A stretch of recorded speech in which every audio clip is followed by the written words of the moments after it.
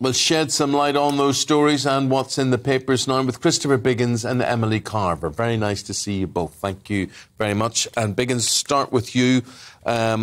You know, Biggins, you and I were speaking on the phone during the week about travel. You were worried about train travel. I was worried about air travel. Road travel now joins the list. Every sort of travel. Goodness me. So, this is in the Times, front page of the Times. I know, it's a terrible story. I mean, you know, first of all, let's go to the people who live near Dover. How are they getting around? Must be a nightmare. Very slowly, I expect. Very slowly, you're yes. right. Must be a nightmare for them. Anyway, what they're saying is senior Conservatives, including the leadership contenders, are saying they accuse France of instigating the chaos of failing to send enough border staff to the busiest weekend of travel since the pandemic. But it looks as though this could go on all summer. Yeah. I mean, the chaos. It also looks, Emily, and I'd like your view, it almost looks deliberate. Deliberate from the French? Yeah. Well, I think perhaps that's what the government is saying, at least. That's what Sunak and Truss are saying. They're saying, you know, you need to get your act together. The French authorities get more staff working. Passport control and also other checks and so on have been slowed down, perhaps because of that. But I also think, I mean, I've travelled a little bit this summer. I went on one trip to Italy. I think across Europe there are staff shortages. And I think that's because due to the pandemic and then everything getting back up and running, and now we've got a huge summer where people are going abroad. It's the first week of the school holidays for many families. So I think they haven't got the staff in place. And I think it's affecting many European countries. Well, we're going to Tuscany in August, and we're going on a train. Yes. Interesting. I think it will be interesting. I mean, we are actually going from the St Pancras, and then we go through the tunnel, obviously, which I think we'll have then passed all the passport things there by then. So I think we will get through. And then we're going on trains to Italy, going to Paris first, then through to Italy, and then through to our destination. How long does that take? It'll take about, because we're staying 2 nighs in Italy. Breaking it up. Yeah, breaking it up. But I think it's going to be quite fun. Do you know, if that all goes to plan, it will be glorious. Yeah. But are you feeling a bit nervous that there may be 1 or 2 hiccups en route? Well, there could be, you're right. But I mean, there could be hiccups in any travel nowadays. Christopher, my parents did exactly the same thing the other week. They drove all the way down to Italy, to Chianti. And they stopped on the way, I think, in Avignon, somewhere like that. Maybe a place called Beaune in France, and then had a nice drive. And it all went to plan. The roads were fine. There wasn't too many hold-ups at the channel. But then, of course, that was before the school holidays. Yeah. So perhaps it was a trick at the time. I was just saying to Rosie before you came in, you're talking about trains and how that may work for you through Europe. And I was saying cruise ships. I mean, I think they're a very good option for getting around this hill. I mean, you can forget airports. Oh, yeah, I know. I mean, all that thing about luggage, too, which is disgusting. Yeah. You know, you look at those pictures and you see thousands of pieces of luggage just sitting there. I don't understand it. No. Yeah, cruises, I think cruises are lovely. I love a cruise, if you pardon the expression. I do wonder if there's a bit of punishment about Brexit. Yeah. That's what some commentators have been saying. I think you're right. The French authorities are like, we're just going to take a little bit more time just to show you what you're missing. Yeah. It's not just about that, though. Do you think there's an easy answer for us to say, we're going to blame the French rather than think we could have done a little bit more to prevent some of this? Yeah, definitely. I mean, one of the reasons for these delays is because a 24-mile stretch of the M20 was closed. So that's going to be a nightmare. And that's why it's turned into a parking area for lorries. Yes, and we can't blame the French president for that. No. We've got to understand that gone are the days when you just showed your passport and you were waved through. Yes. Right? They now have to look at your passport and stamp your passport, every individual one of them. So that's terrible. Well, they think it takes 3 times as long, so you think you either need 3 times as many staff or 3 times as much patience. I tell you what a good idea is. I just had a new knee put in last year, as most people know, and you get help at airports and train stations, and you go to the head of queues, which actually is a very nice thing to do. So if you do have any ailments, mention them and then get help. So get a replacement knee or hip, maybe. Absolutely. Just in advance of your holiday. Before you're travelling. Perfect. Good solution. Well, it goes back to my point about airports. Far too big, absolutely huge to deal with. And I flew out of Southampton Airport last week. bliss. Yeah. Absolute bliss. Yeah. The train brings you to the front door, you get off, and it's just quiet and manageable and really, really nice. But these mega hubs, I don't know, but I just can't see the benefit. Private jets are the answer, Eamon. Well, so Meghan and Harry say. Emily, now here, this is an awful, awful, awful situation, and we are sleepwalking into this terrible crisis. And this is lack of staffing, and it's been going on for years within the NHS. We've turned the NHS into an area where people simply do not want to work because they're under so much pressure. And maybe it's a pay issue as well, I don't know. Oh, yeah, this should be front and centre of the leadership contest, and it should certainly be something that's discussed tonight in the leadership debate. Another leadership debate. Yes, apparently thousands and thousands of shortages among key frontline workers, so doctors, nurses, midwives and so on. We simply don't have enough, and they're projecting that because of our ageing population we're going to need about 500,000 new workers in the NHS over the next few years. So that's something the government needs to work on. And as you say, I think there are many, many factors that come into play. Yes, pay is one issue. The fact that many people in our NHS are going part-time. Yeah. 77% of staff in the NHS are women, which is fantastic, but a lot of them do go part-time. I know from personal experience, friends of mine, once they've had children, go part-time, which is good for them, but not good for the service.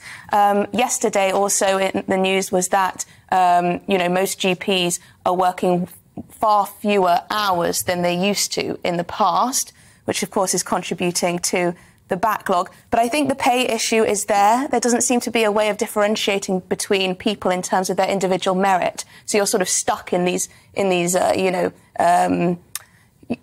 what do you call them? Tiers. Yeah, in tiers of pay, and you can't really, unless you're promoted, you can't really get more pay if you're working harder than your colleagues. So I think that needs to be amended.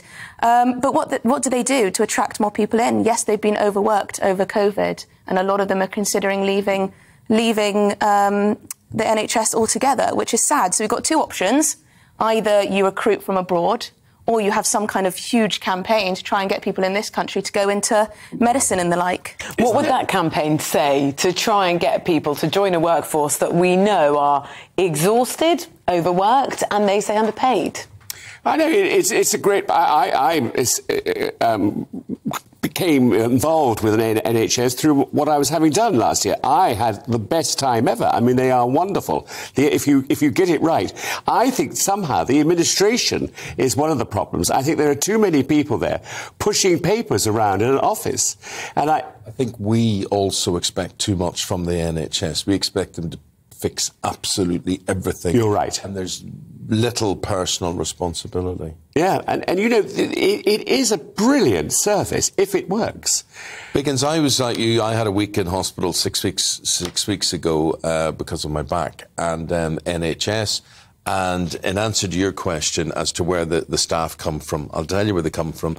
They come from India, they come from Pakistan, they come from the Philippines, massive amount of people from the Philippines. I don't know if you find that. Yeah, absolutely. And everybody, whether they were from here, whether they were from there, I asked them, because being the journalist I am, I sat there and just sort of interviewed people as they came in and out of me. But none of them were doing it for the money or the lack of money. It was a vocation for them. And it was an ambition for so many of them. People who were orderlies, people who were domestic staff, whatever, their ambition was to get into the clinical staff point of view. And that's I think that's true, but I don't think it's necessarily the truth for absolutely everyone who goes into medicine. I know people, because it's one of those, to become a doctor, it's one of those jobs that you might just consider to be something that's high status rather than simply a vocation. And then you might be disappointed when you're not earning as much as your friends in the city. Yeah. So I think it depends on the person. I think it's a very good point, a very good point. So why isn't this story, it's front page of The Guardian, front page of The Mirror, and we all care about the NHS, why isn't that front and centre when it comes to the race to be the next Prime Minister? Well, because they're not interested, because they're just interested in themselves. The egos of these two people is frightening. And also, also, I'm not interested. I won't be watching this thing tonight because, you know what's going to happen. What more is there to say? Exactly. I mean, that's a very good point. 5 more weeks of this. Oh. And many more debates to come. Dear, oh dear, Why it's can't it just be commit decided? suicide time, isn't it? Sorry? I just say, why does it have to be drawn out for such a long time? Only 80,000 odd people get to decide anyway. Yeah. They already know the candidates because they're members of the party. And they know who's going to win, I'm sure. It must be just so frustrating for the general public. But so much can change in such a short amount of time. Just look at how much the political landscape's changed in the last month. We've inherited a very different situation from a few weeks ago. Absolutely. I mean, there's even calls in some of the papers today to bring Boris back, because I think people are fed up with these two candidates fighting. Well, what do you make of that? Well, I think it's quite interesting. I mean, Boris was, towards, like all politicians, towards the end of his career, lost it. But, he did some good things. But, I mean, I think people are fed up. Absolutely fed up with politics at the moment. So let's talk about saucy affairs then instead. Front page of the Daily Telegraph, there it is. That man there with that very superior looking look, because he's the richest man in the world, is Elon Musk. And so he's doing this one, Christopher. So what is the story? What is the story? It's on the. Well, he's gone off, and I find this interesting. He's father of 9 children. Is that what happens when you're a billionaire and the richest man in the world? You can have children ad lib. You can have them all over the place. Anyway, I don't know what Sergey Brin's wife, Nicole. I wonder what she sees in him, apart from the money. He's quite. Oh, yes, he's quite... Sorry, I could see something in the distance going on. No, I think he's...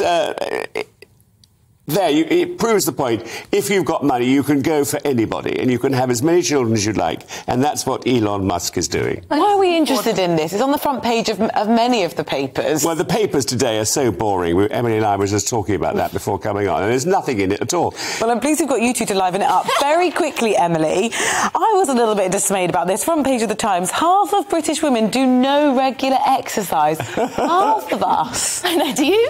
Yes, I often run in and out of the office. I love it. Okay, so I don't do that. So I can empathise with this because towards the end of the lockdown and for a long time afterwards, I was certainly not doing much exercise at all. At the beginning of the pandemic, I was out there, going for long walks, going for jogs, doing whatever. And then the motivation just went.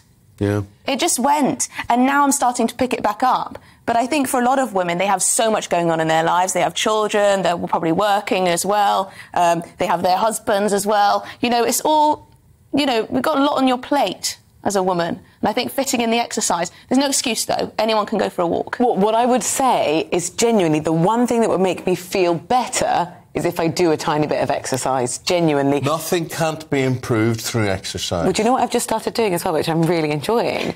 I've joined a tag rugby team. And I really enjoy it because I've got 3 younger sisters, and I've spent many a time on a football pitch or whatever with boys who are reluctantly playing with girls. Now, if you play tag rugby, there are 5 boys in your team and 3 girls, and if the girls score a try, you get 2 points, and if the boys score a try, you get 1. So it's the first time I've ever played a game with both genders where the men are motivated to let the women play well. And it's been brilliant. Wonderful. Is that why you're wearing your trainers now? Are you going to dash out any minute? Because you look absolutely gorgeous in blue, and then suddenly I notice these trainers. But you're obviously going to go out and exercise. I can't believe I've been outed. Look, I'm normally running in and out of this studio, and I find a high heel completely impractical. So we have to dash out of this section of the programme. We're going to talk about the channel, tourism, what's going on, the queues at the channel, very, very shortly. For the moment, Christopher and Emily, thank you very much indeed. Welcome back. It's time to go through the papers. Eamon's just a little bit busy, preoccupied, hungry.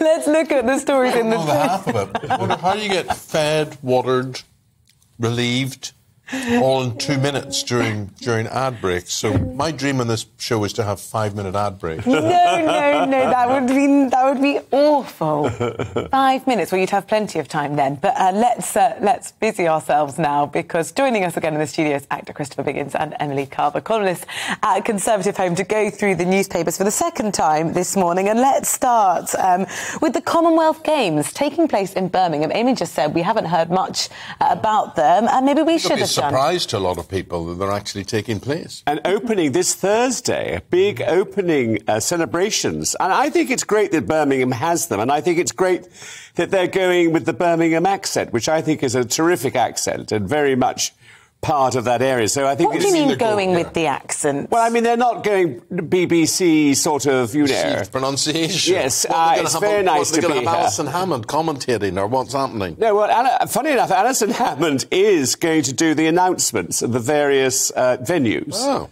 Yes, but I think, it's otherwise the BBC would put their touch on it, wouldn't they? The sort of very, very British English sort of thing. And I think it's good that it's a local, and I love Birmingham. Birmingham is a great city, and I think it's good. Where's the arena? Do we know where the arena is? No, I don't know. It's somewhere in Birmingham. So I guess you're not going.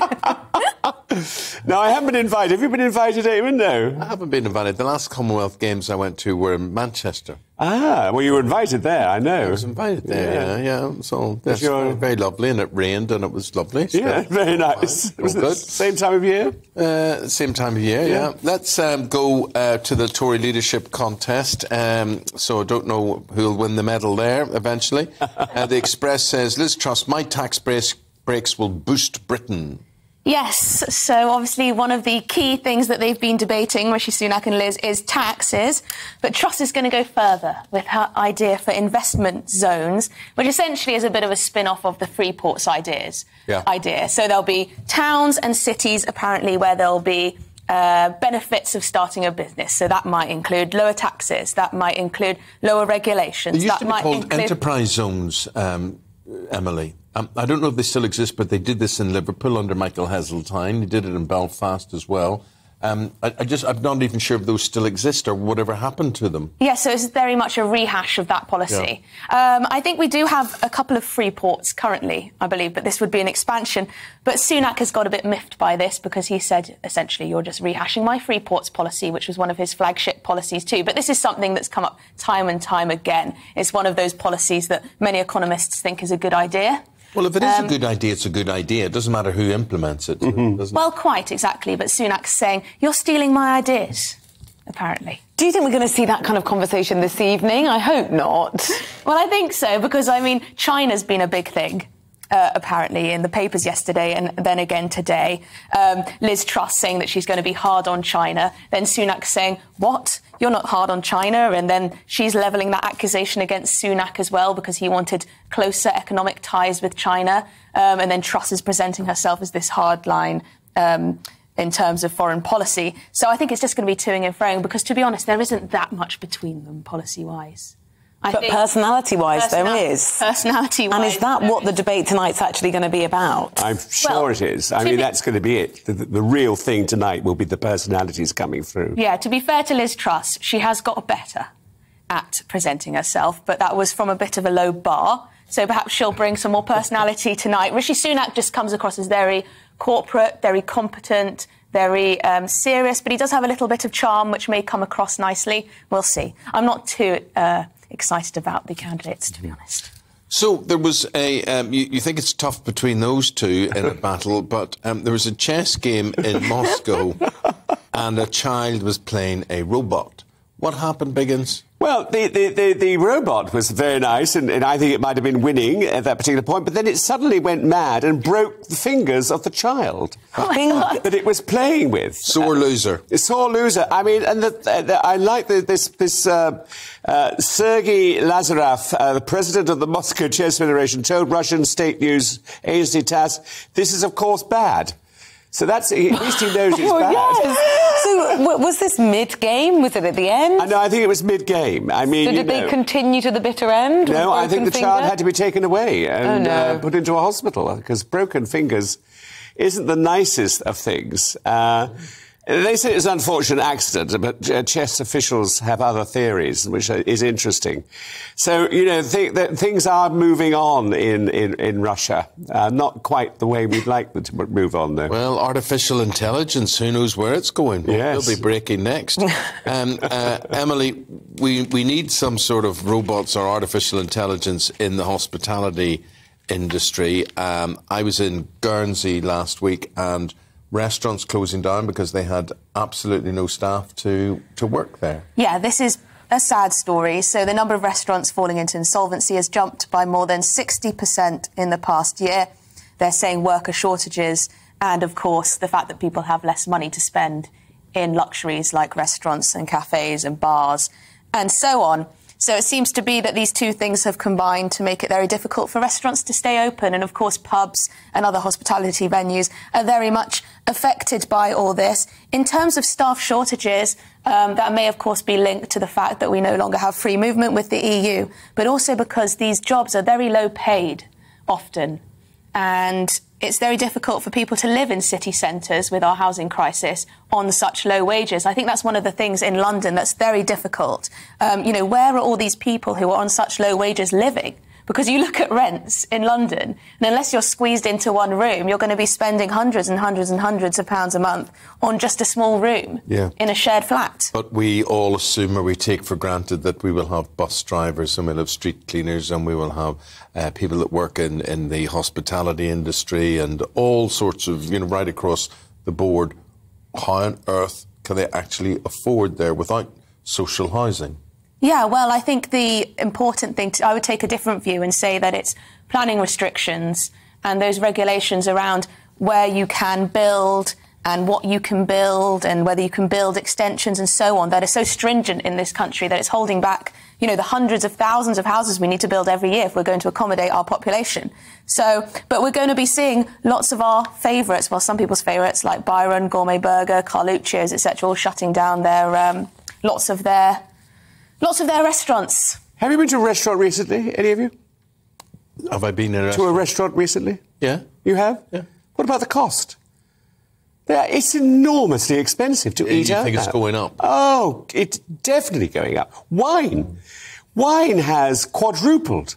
It is terrifying. You can't get a bottle of good wine for under £50. It's extraordinary. I don't know where they get these figures from. We have to now really seriously think about, let's have people round to the house rather than go out. We went to Regent's Park Open Air Theatre the other night and took a picnic. It is frightfully expensive. Also, I've noticed that the service charge at some restaurants has gone up from the usual 12.5% to 14.5%. Yeah. Which is a big increase in your bill, actually. And a strange figure. And a strange figure. Why not 15%? Yes. Yeah. Trying to confuse you with the 0.5. Be like, oh, is that normal? I was always useless at maths anyway. Add 14.5 to that. Well, that's a difficult one. You've always been a good tipper, though, haven't you, Eamon? I've always have been. Yeah. Basically because people know who you are and they'll gossip about you. You have to. There is an end of an era coming up with Neighbours. Gosh, that was a very sad expression.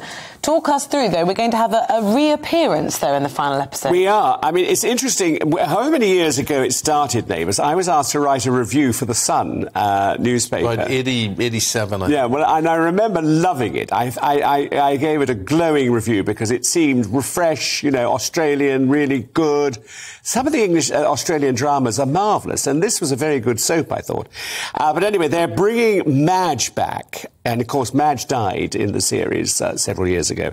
She's coming back as a ghost to make her final appearance. Is that a good idea or very silly? Yes, she was a terrific actress. Bring her back in any form they can. I mean, I think it's going to be hysterical. Why did she leave to begin with? Why was she written out of the... Well, she probably wanted to leave. She just wanted to leave. Or they hated her. She didn't actually die in real life, did she? No, she didn't die. No. Just to make that clear. Just to make that clear. But I think it's good, and I think it's... Friday is going to be marvellous. You can see it live as it happens, the last episode, and we've got Jason Donovan going back. Margot Robbie's going back. Yes, Margot Robbie. I mean, all of them, and I think it'll be hysterical. And then there's a big show on Channel 5 on Friday night, yes, about the whole history of the programme. Yeah. I mean, it has been extraordinary. Yeah. how Have you successful. ever been in a soap, Biggins? No, I could never do a soap. Would that be beneath you? No. Wouldn't be beneath me. I'd love it, but I just couldn't do that.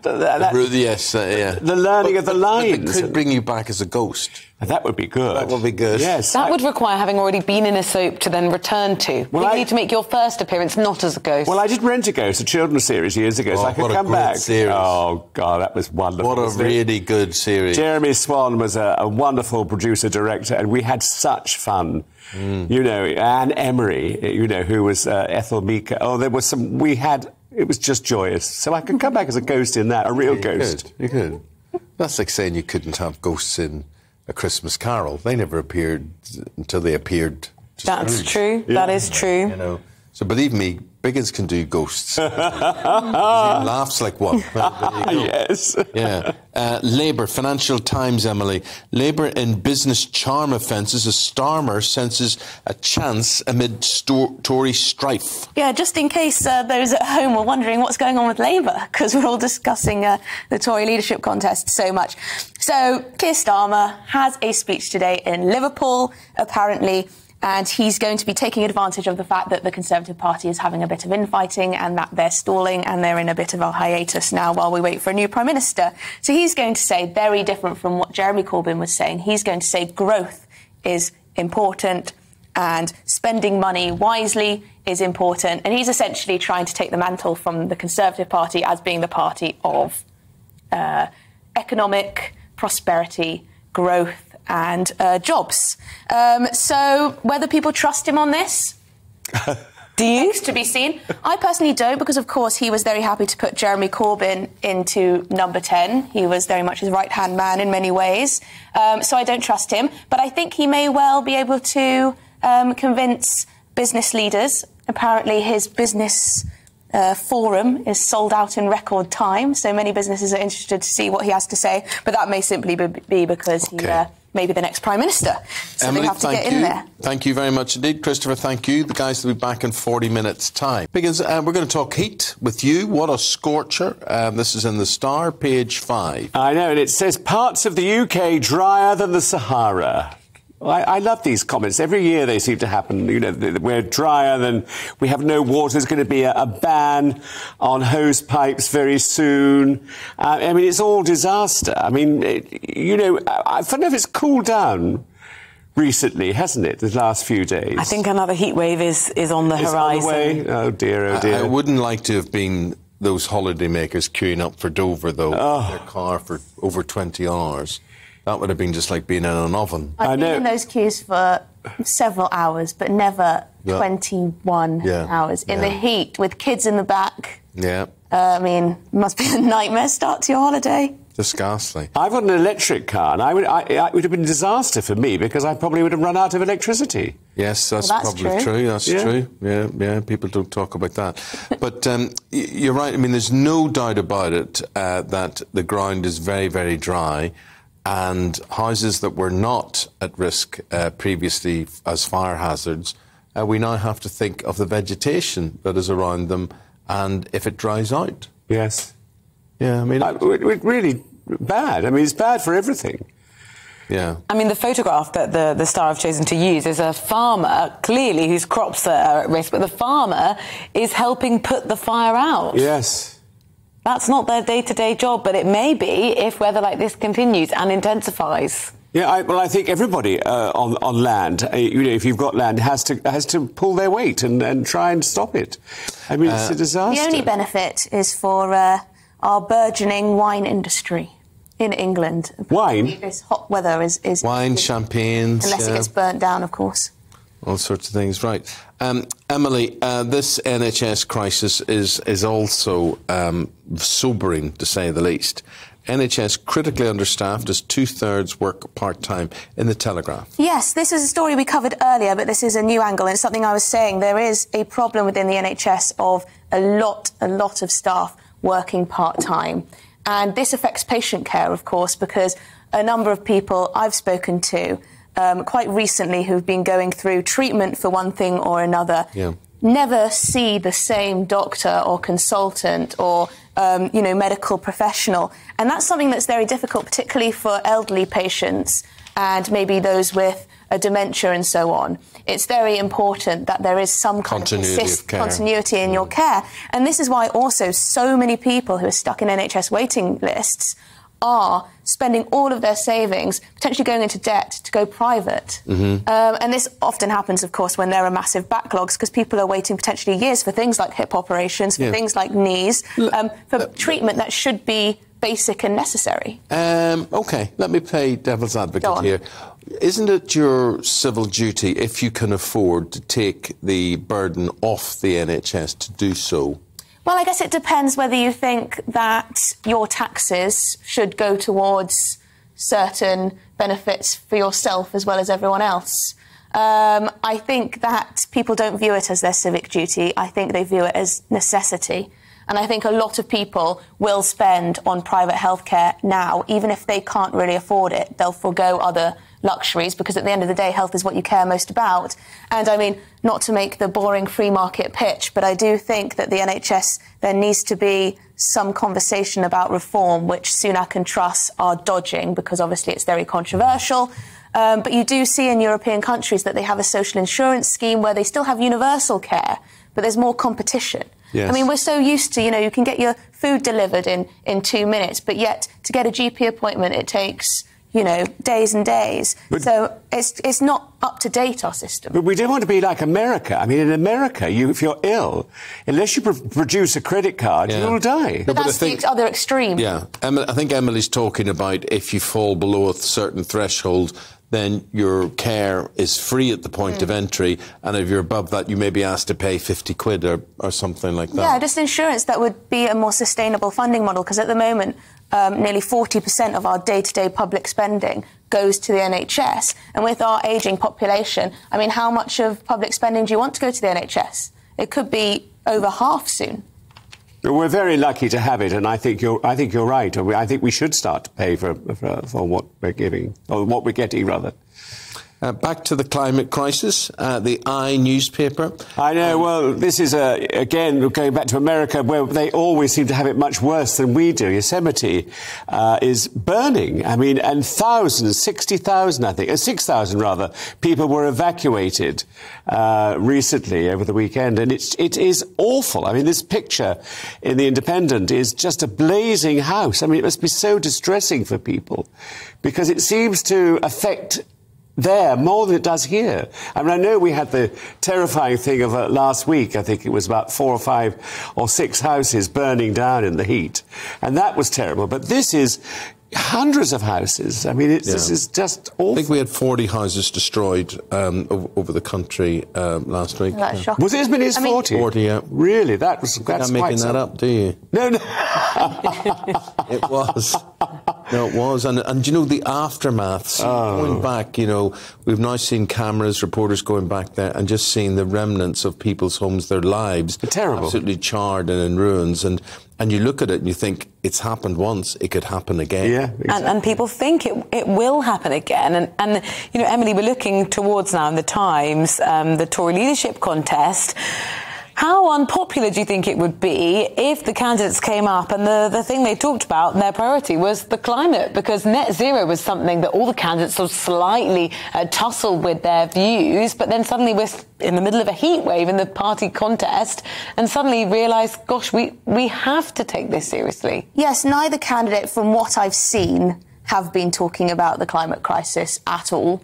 And why do you think that is? Well, I imagine Liz Truss is ideologically opposed to the net zero targets because they favour, attempts to centrally plan our way out of climate change. And she would be more sort of pro-innovation. I mean, Kemi Badenoch, when she was still in the race, wanted to scrap the target altogether because, why have such an arbitrary target that by 2050 you need to have zero carbon? Rishi Sunak, I'm sure he's still committed to the net zero target. I think they both are on paper. But what they want to do, I don't know. But I do think whatever the government does in terms of carbon emissions and whatnot, I think the emphasis, because we have a limited ability to change the temperature of the planet, but what we can do is mitigate against things like this.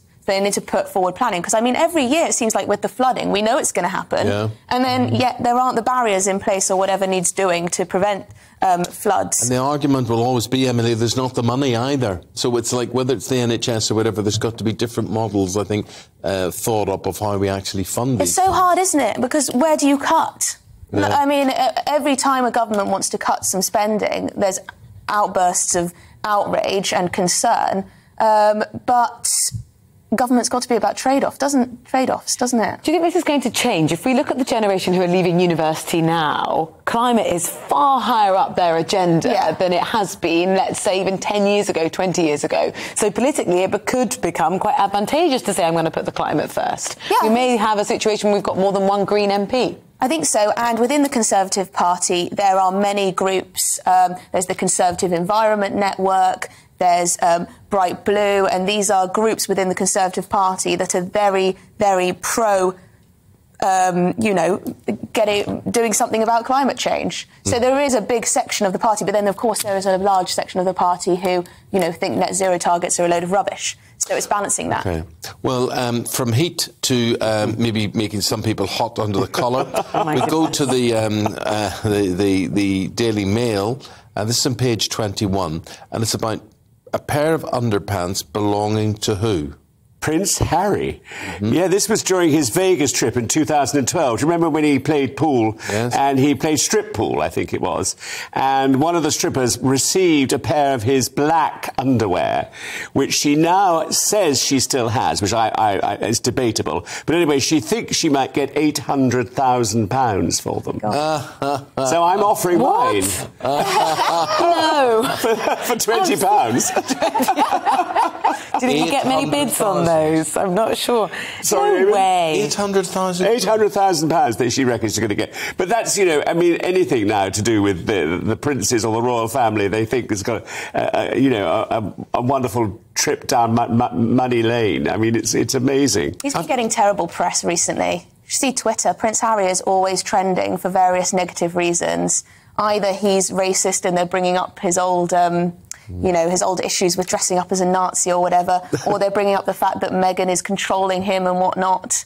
It really is not great for Prince Harry. We have the royal biographer, the biographer in general, Tom Boyer, on at 9:15 this morning, whose book Revenge, I think it's called. Yeah. I just downloaded it on Audible, so I'm going to give it a listen. Yeah. I've just ordered it too, and I was on the other night with him. He was here, and he's Harry? No, Tom. Tom Boy. And he's a very nice man. We had dinner recently, but his book has gone to #1 in every listings. It's fantastic. He's renowned as being so forensic about what he writes, his research and whatever. I've actually been in this room in the hotel where they played this strip poker. Oh, really? Not at the time they were there. But what were you stripping off? Just seeing how the other half lived. That's literally what the title of the programme was. And, but the idea that there would be a market. I think the lady who's selling these undies may have to lower her expectations. I think she might. Even the word undies is just a bit... What do you use? Pants? Underwear, maybe. Underwear? Yes. Right. And I certainly wouldn't be paying how much? £800,000. Well, it's Prince Harry, remember? Does he do it for you? How does one prove that is? DNA. They're not going to do a DNA test. That's horrible. She hasn't watched them, because I'm sure that gets a premium if they're... By the way, we've had a collection in the office, and we've got you some new shoes, darling. Look, oh, no! They're rather lovely. And we've only got one, because we can only afford one. Whose shoe is that? Oh, I couldn't possibly say. You've persuaded some poor person to give up their shoe for a prop because I've decided to wear... And it's been a state secret, I'd say. I wondered where they got to there, year or so. I don't wear high heels. I've got trainers on because I'm more practical than anything else. So, whose shoe is this? Well, I couldn't say, but look at your producer the next time you see her. Okay, well, that was very generous of them. I've got my suspicions looking at that. The shoe, the size, and the brand. I know, very good. Top shop. Here's a story, Emily, that I would have thought is a lot of common sense, and it's about terrorism. It's in the Express, and it's talking about special units for the worst terrorists, which I would have thought probably would have existed. Well, this is the thing. I would have thought that this was already a policy. So they already exist. But essentially, terrorists aren't sent to these units automatically after they're sentenced. And Dominic Raab is changing that. So dangerous terrorists go straight to these special units, these special wings, where they can't radicalise other inmates. Well, and these are called jihadi jails. Well, you see, I'd be interested to see how those work, because one of the things we learned in Northern Ireland was by putting terrorists all in the same wing of the H blocks, as it was then, that they were able to run their operations and that was even worse. Yeah, so I'm actually surprised that that sort of view is still in vogue. Well, the problem is that you had jihadis, yes, radicalising people who knew nothing about their ideology. Yeah. So what do? You either separate... I guess I would prefer them to be in complete isolation from one another. I mean, if they're serious terrorists who have plotted to kill people. Yeah. Yeah. But yes, this sounds like a no-brainer to me. But then you've made me think there. Yeah, no, you're right. There's two sides to that argument there, but they can be concentrated with all their radicalism and spread it around their fanaticism, or you mix them in with other prisoners where they have less effect. But they'll be contagious no matter where they are, won't they? Yeah, because they offer, other inmates some kind of salvation or something to, look to. So let us know your view on that. Special units for the worst terrorists. Sounds good. The most dangerous terrorists in Britain are to be sent straight to a special high-risk wing immediately after they are sentenced. Good idea, bad idea? GBviews at gbnews.uk, or you can tweet at gbnews. Emily, thank you very, very much indeed. Thank you. Christopher, thank you very much indeed. I'll give you back your shoes later. You'll be on the I think I probably should Kansas now, so you will. Yes, I'm going to sort of discreetly show you the train if I can. There we go. That's So what it is. Aren't they lovely? So, yes, thank you, Biggins, for this potential replacement instead. What do we think? What sort of colour would you call those? Well... Sick. Sick. No, my other half very unkindly said they were like salmon colours, like Salmon's I was running around with salmons on my feet. No, salmon's a good description. I mean, the pink ball in snooker used to be called salmon pink, and it is. I like a salmon pink. If anyone else has any ideas... Smell a bit like salmon as well. No, they do not. If anyone else has any sort of practical tips for how they get through the workday, then maybe let us know. gbviews at gbnews.uk. And you know what? I'm not going to wear my high heels tomorrow. I'm going to wear my salmon-coloured trainers.